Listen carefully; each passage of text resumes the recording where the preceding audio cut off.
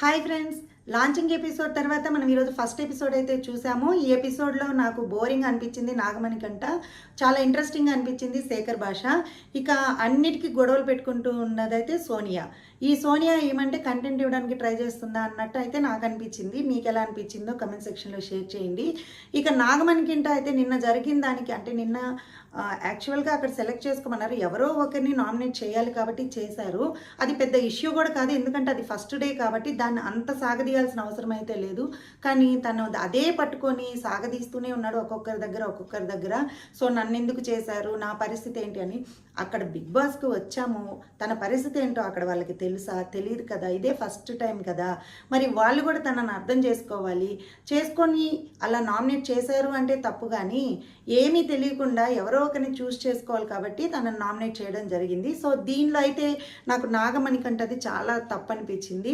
నిఖిల్ సర్ది చెప్పడానికి ట్రై చేస్తూ ఉన్నప్పటికీ కూడా అర్థం చేసుకునే మెచ్యూరిటీ కూడా లేదు నాగమణి కంటకి.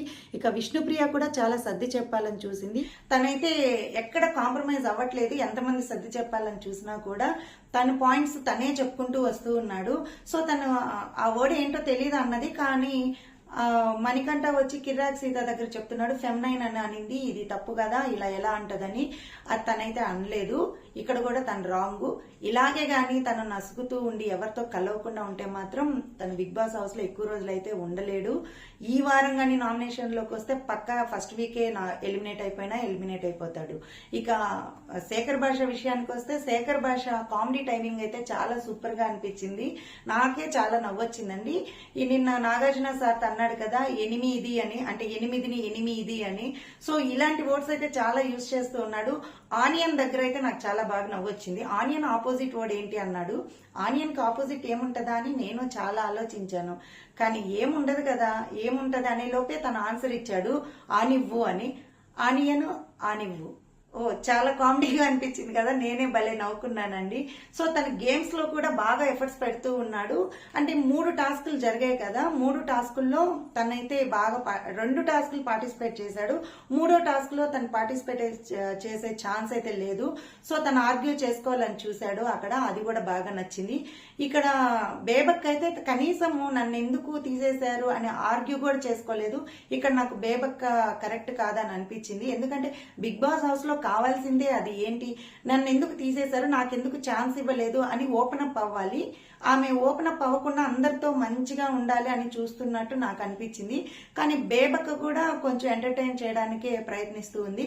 కొంతమంది అంటే ఇక్కడ పృథ్వీకి లాంగ్వేజ్ ప్రాబ్లం కాబట్టి తను అన్నింటిలో ఇన్వాల్వ్ అవ్వకుండా కొంచెం సైలెంట్ గా అట్లా ఉన్నాడు. ఇక సోనియా ఆకుల మెయిన్ ఈ రోజు ఎపిసోడ్ అంతా చెప్పుకోవాల్సింది సోనియా ఆకుల అయితే చిన్న విషయాన్ని కూడా రేస్ చేసేస్తుంది బాగా, అంటే కంటెంట్ ఇవ్వడానికి ప్రయత్నిస్తుందా అని నాకు అనిపించింది. మీ ఒపీనియన్ ఏంటో కూడా నాకు చెప్పండి. తను ప్రతి దగ్గర కూడా అంత రేజ్ అవ్వాల్సిన అవసరం లేదు. అక్కడ బేబక్ అసలు రియాక్ట్ అవ్వటం లేదు, కానీ ఆ విషయంలో కూడా అంత పెద్ద ఇష్యూ చేసింది కిచెన్ దగ్గరికి వెళ్లి, అది కూడా రాంగ్ అనిపించింది. ఇక యష్మితో అయితే తను వాదించింది కరెక్టే, వాదించాలి, కానీ ఎక్కువ రేస్ చేసేసి పెద్ద వాయిస్ చేసేసి అదేదో పెద్ద గొడవలాగా సీన్ క్రియేట్ చేస్తుంది.